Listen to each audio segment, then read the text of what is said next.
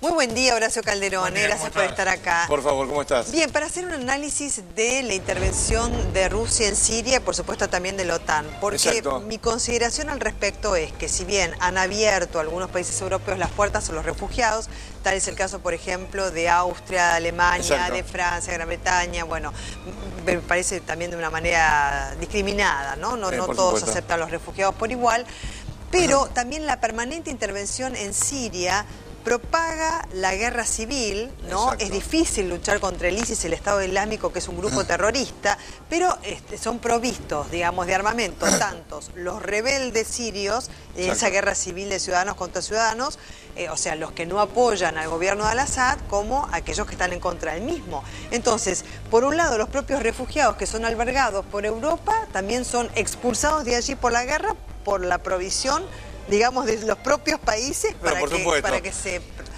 continúe y no pare más. Acá hay que aclarar algo, ¿no es cierto? Sí. Con respecto a la intervención de Rusia, a mí me parece un poco hipócrita la posición de Estados Unidos, de los países europeos, de Turquía y de otros actores que de alguna manera han patrocinado el crecimiento no solamente del ISIS, sino también de Al-Qaeda. Claro. Porque hay que ver que una gran parte de Siria está controlada por Al-Qaeda, no solamente por el ISIS.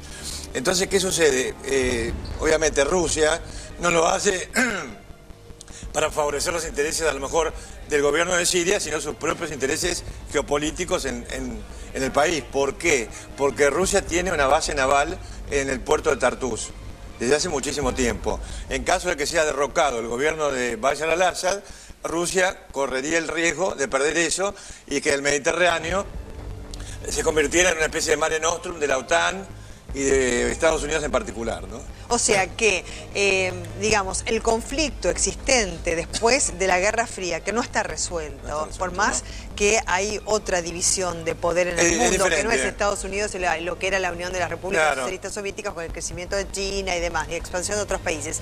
Pero de todas maneras, entre ellos, digamos, siempre está latente el conflicto. Supuesto. Ahora, lo trasladan a esta zona, ¿no es cierto?, llámese Siria, llámese Irak, pero nos vamos a centrar en Siria, Libia también, y propaga la guerra permanentemente. Pero por supuesto, es una tarea totalmente destructora y destructiva, ¿no? De los Estados-nación, en definitiva. Digo, de todos, por partes iguales, claro. Exactamente, pero acá lo más grave es que en el transcurso de esos 3 años, primero de rebelión contra el gobierno de Bashar al-Assad, y luego de la llegada, del arribo de decenas de miles de combatientes yihadistas de Chechenia, de China, de Irak, de cuantos países te ocurra, además de Europa, que pasan a través de Turquía, que ha sido funcional y sigue siendo funcional a los terroristas. Entonces todos estos actores vemos ahora que, se sienten consternados por la intervención de Rusia. Rusia, además, ¿qué intenta con esto? Bueno, convertirse en el actor principal del drama sirio, a favor del gobierno y en contra del terrorismo yihadista. ¿Por qué? Pues hay que explicarlo. ¿Y por qué Rusia combate solo el terrorismo? Lo hace también, por su parte, la Organización del Tratado del Atlántico Norte, ¿no es cierto? Yo te diría que no tanto. Que es el Estado Islámico, ¿no es cierto?, como grupo terrorista, además de Al-Qaeda, porque eso ya tiene que ser, digamos, como una organización más global, ¿no? Pero vos fijate una cosa, yo tengo fotografías, por ejemplo, cuando tomaron la ciudad de Idlib, lo llamémosle rebeldes, contra el régimen de Assad, acá lo hemos explicado, por ejemplo, bueno, festejando, los del ejército sirio libre, por ejemplo, con los de Al-Qaeda, porque, ¿qué pasa? Hay ciudades dentro de Siria que las domina Al-Qaeda y otras que las domina el Estado Islámico. Ahora, llama la atención que todos los países involucrados, de Occidente, aliados, Arabia Saudita, Turquía, etcétera, de repente atacan al ISIS o se concentran en el ISIS, pero no atacan a Al-Qaeda. Lo que ha hecho Rusia y lo que quiere hacer Rusia, para mi punto de vista, es terminar con todas las organizaciones que se oponen a Assad. Sea Al-Qaeda, sea el ISIS y también sea de paso alguna de estas respaldadas por Estados Unidos, que son un tanto más light, o de la hermandad musulmana en Siria, que tampoco es mencionada. Entonces, además, esto le permite a Rusia convertirse también en un actor global importante. Y está conectado con la crisis en Ucrania. Bueno, lo hace también por razones geopolíticas, pero, digamos, siempre se supo de la provisión de armamentos y de financiamiento a los que han apoyado al gobierno de Al-Assad, claro, y los rebeldes apoyados desde el punto de vista financiero armamentístico por los Estados Unidos. Por Arabia Saudita, por bueno, entre otros, ¿no? Pero digo, en cuanto al conflicto siempre entre Rusia y Estados Unidos, supuesto, ¿no? Porque lo escuché hace poco a Barack Obama hacer referencia a que no se iba a proveer más a los rebeldes sirios de armamento. Exactamente. Pero siempre públicamente lo negó en todas han retirado. En las conferencias de prensa. Se han retirado ahora, por ejemplo, sí, el apoyo de $500 millones a los rebeldes. ¿Qué pasó? Claro. Entraron 60 Rambos, ¿no? O imitadores de Rambo, entrenados por Estados Unidos, 60. Sí. Entraron a Siria a combatir, los capturó Al-Qaeda. Claro, pero además me llamaron la atención las declaraciones, teniendo en cuenta que en muchas oportunidades en conferencias de prensa el propio presidente de los Estados Unidos había negado esa prohibición, digamos, de armamentos y financiera a los rebeldes. Claro, como si no existiera. Ahora dice... Ahora no se va a proveer. Pero son 500 millones de dólares de entrenamiento. Sí. Ahora, hubo dos equipos que entraron. El primer equipo lo secuestró Al-Qaeda, fíjate la eficiencia. Y el segundo equipo se escapó uno de sus integrantes, que lo niegan, entregó armamento, entregó camiones, etcétera, a la gente de Al-Qaeda, no del ISIS, a cambio de concesiones. Vos imagínate, aparte que hacen dos grupos, 60 personas cada uno, cuando hay decenas de miles de... Claro. Sí, que Al-Qaeda y el Estado Islámico o el ISIS son grupos terroristas los dos, con un accionar, digamos, no son los únicos, igual tampoco. Como grupo terrorista, pero con diferencias en cuanto a los objetivos. Al-Qaeda es un grupo terrorista que elimina, ¿no es cierto?, todo aquello que considera enemigo, y por otra parte el Estado Islámico con la pretensión de establecer un califato, digamos, como un poder geopolítico, territorial importante. Algo importante lo que vos has dicho es esto, ¿no? Es decir, el ISIS ya ha establecido, según para ellos... Sí, como Estado, por eso se autotitulan Estado Islámico. Estado Islámico. En cambio, Al-Qaeda es más letal, para mi punto de vista, más peligrosa, lo he dicho acá muchas veces, hemos comentado, porque es más difusa, porque está más más en las sombras. Claro. En cambio, el deber que tiene el ISIS para llamarse califato es tener ciudades para gobernar, si no deja de ser un califato. Entonces yo creo que la yugular del ISIS es quitarle el control de las ciudades. Por ejemplo, la ciudad de Mosul, en Irak, el norte de Irak, la ciudad de Raqqa, que es la capital, por ejemplo, del ISIS en Siria, y además, con respecto a Idlib, que se menciona estos días que ha sido atacada también por Rusia, eso es de alguna forma un emplazamiento de Al-Qaeda. Entonces Rusia lo que está tratando de hacer es eliminar la mayor cantidad posible de elementos yihadistas que luego Occidente, como ha ocurrido en otras oportunidades, pueda utilizar ¿para qué? Para desestabilizarlos a ellos. Es decir, me refiero al territorio de Rusia, la periferia de Rusia, Chechenia, la región del Cáucaso, donde ya hay una gobernación, se llaman así ahora, Gobernación del Cáucaso, que es una rama del ISIS, o del autodenominado Estado Islámico. Ya, digamos, se han hecho de algunos objetivos geopolíticos muy importantes en cuanto a pozos petrolíferos y gasíferos, tanto en Siria como en Irak, los turcos, esa pretensión ¿a quién le venden el petróleo?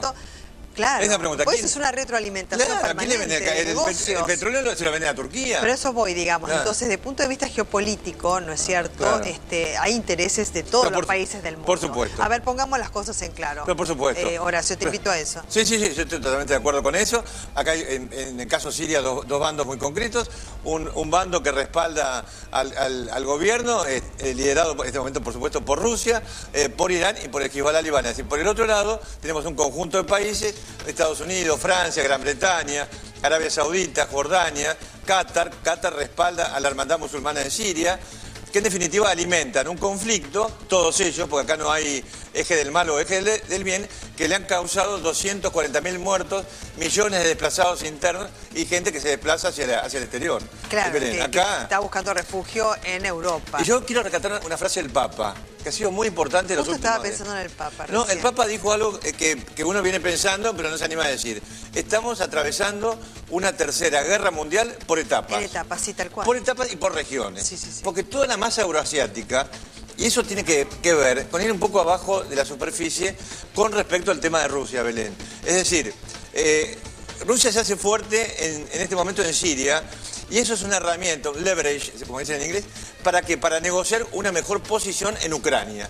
Entonces yo, no obstante, toda esta humareda que hay, declaraciones, retórica, yo creo que hay algún acuerdo entre Estados Unidos y Rusia con respecto a Siria. Preguntarás por qué. ¿Por qué? Porque al estar en luna de miel geopolítica Estados Unidos con Irán, no puede tener una posición demasiado radical contra un aliado de Irán como es Siria. Claro, este es el último acuerdo que realizó Estados Unidos con Irán a propósito del desarrollo nuclear para tener un contralor a través de organismos internacionales por enriquecimiento de uranio y demás, pero también para hacer negocios. Pero por supuesto, y no hay que olvidar... Abre las puertas a los negocios. Claro, pero no hay que olvidar que siempre el famoso teléfono rojo entre Moscú y Washington sigue vigente. Entonces, no olvidemos que cuando Barack Obama había prometido que iba a bombardear a Siria, por la cuestión de esa también no falsa, porque Siria tenía armas de destrucción masiva, lo único que no las usó, como se difundió tanto, ¿no? Como pasó en tiempo de Saddam Hussein, etc. Siria no utilizó masivamente, por lo menos masivamente, las armas de destrucción masiva. Cuando Barack Obama se empeñó en eso, dijo esto es una línea roja, ¿quién salva la posición de Estados Unidos? La salva Moscú, la salva Putin. Porque cuando dice eso Barack Obama, nosotros podemos ayudar. Inmediatamente el canciller sirio, Al-Mualim, dijo, nosotros estamos de acuerdo. Y ahí había un acuerdo, una diplomacia secreta, que es la que permitió en definitiva que las armas de destrucción masiva, bueno, terminaran en definitiva desmanteladas y entregadas bajo control internacional. Ante esta complejidad mundial, ¿no?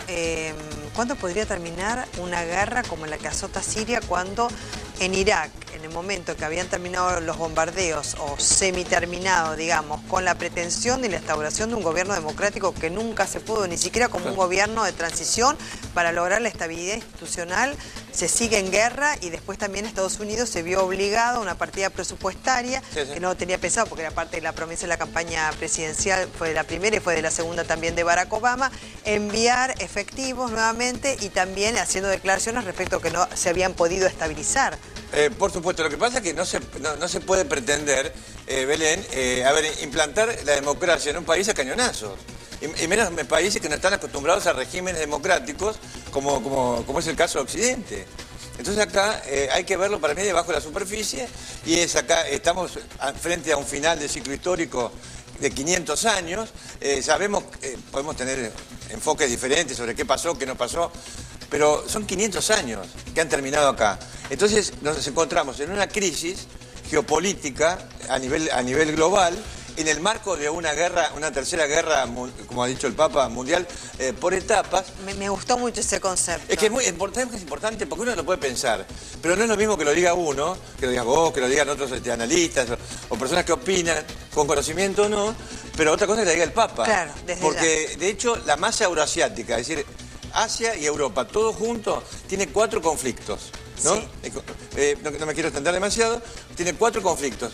Manejar uno solo de esos conflictos sin que haya una seria conflagración es muy difícil y muy poco probable poder hacerlo, manejarlo. Imagínate los 4 conflictos juntos que están interconectados, Ucrania, Levante, Medio Oriente y el resto. Por supuesto. Te agradecemos muchísimo y en otra oportunidad vamos a seguir desarrollando este tema y otros. Gracias. Hacemos una pausa y ya volvemos en instantes. Detalles sobre las declaraciones de Carlos Ferro Viera, quien ha sido el secretario de Diego Armando Maradona.